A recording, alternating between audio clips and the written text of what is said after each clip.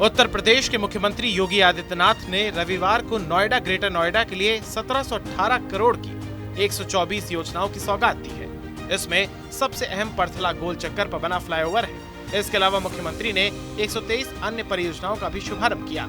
इसके बाद सीएम योगी नोएडा स्टेडियम भी पहुंचे, जहां उन्होंने एक सभा को संबोधित किया। इस मौके पर सीएम ने 48 साल पहले कांग्रेस द्वारा थोपे गए आपातकाल की भी चर्चा की। कहा कि कांग्रेस ने लोकतंत्र का गला घोटने और लोकतंत्र की हत्या का प्रयास किया था।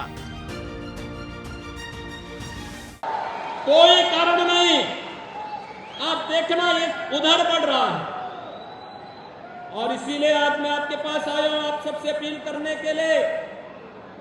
जिन लोगों ने लोकतंत्र के गले को रौंदा था,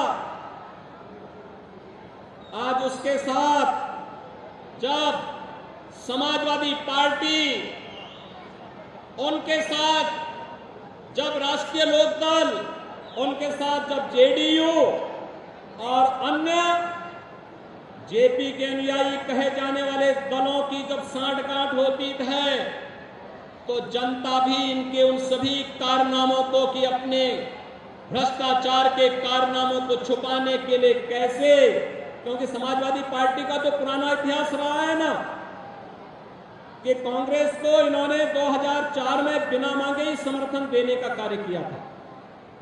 वे समर्थन नहीं चाहते थे, लेकिन जबरदस्ती चिपको आंदोलन के रूप में अपने आप को अग्रणी बनाने में माहिर हैं और वही कार्य उन्होंने उस समय किया था। एक बार फिर से उस कथा को दोहराने का कार्य हो रहा है। लेकिन भाइयों बहनों, हमें विकास के बारे में जो सकारात्मक सोच प्रधानमंत्री मोदी जी ने की है, उस सकारात्मक सोच के साथ आगे बढ़ना है। और आज गौतम बुद्ध नगर जनपद में मैं स्वयं इसी बात को लेके आया हूं। विगत 6 वर्ष में यहां के परसेप्शन को बदला है। यहां पे बड़े बड़े कार्य, आज इंफ्रास्ट्रक्चर के बड़े बड़े कार्य हो रहे हैं।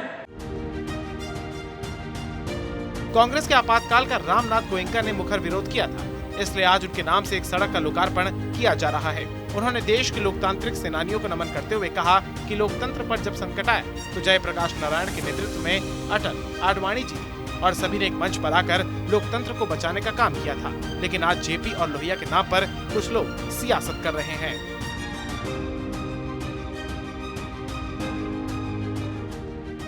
मुख्यमंत्री योगी ने इस मौके पर बीजेपी के नेतृत्व वाली केंद्र सरकार के 9 साल की उपलब्धियों की भी चर्चा की। कहा कि प्रधानमंत्री मोदी के नेतृत्व में देश तेजी से आगे बढ़ रहा है। इन्हीं उपलब्धियों के दम पर 2024 में भी बीजेपी की सरकार बनेगी। उन्होंने कहा कि पहले लोग नोएडा में आने में संकोच करते थे, यहाँ के बजाय लोग दिल्ली में रहना पसंद करते थे क्योंकि यहाँ व्यवस्था अच्छी नहीं थी। पिछले 6 वर्षों में स्थिति काफी बदली है। आज इन परियोजनाओं का लोकार्पण और ग्रेटर नोएडा में एक रोबोटिक मैन्युफैक्चरिंग का उद्घाटन हो रहा है।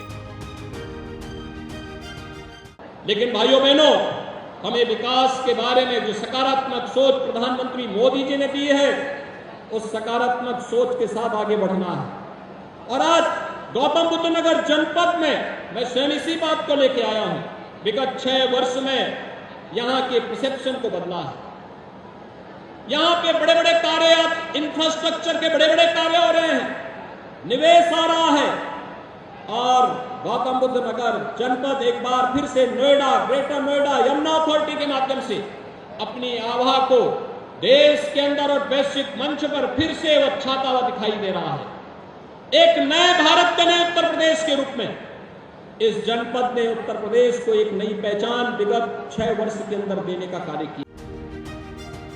सीएम योगी ने नोएडा में बदले मौसम पर टिप्पणी करते हुए कहा कि जैसे यहाँ पर माफिया ठंडे हो गए, वैसे ही मौसम भी ठंडा हो गया है। कहा हमारे पास काशी भी है और अयोध्या भी, नोएडा भी हमारे पास है। अब तो पूरी दुनिया में जहाँ कहीं भी सनातनी है, सब जनवरी 2024 में भगवान राम के मंदिर के बनने की प्रतीक्षा कर रहे हैं। उन्होंने कहा दुनिया में देश का इकबाल बुलंद हुआ है। अभी अमेरिका में मोदी जी का स्वागत हुआ। G20 की मेजबानी भारत कर रहा है। एक नए और खुशहाल भारत के रूप में दुनिया की 5वीं अर्थव्यवस्था भारत बन गया है। हम फ्री में वैक्सीन और 80 करोड़ लोगों को 3.25 साल से मुफ्त राशन दे रहे हैं।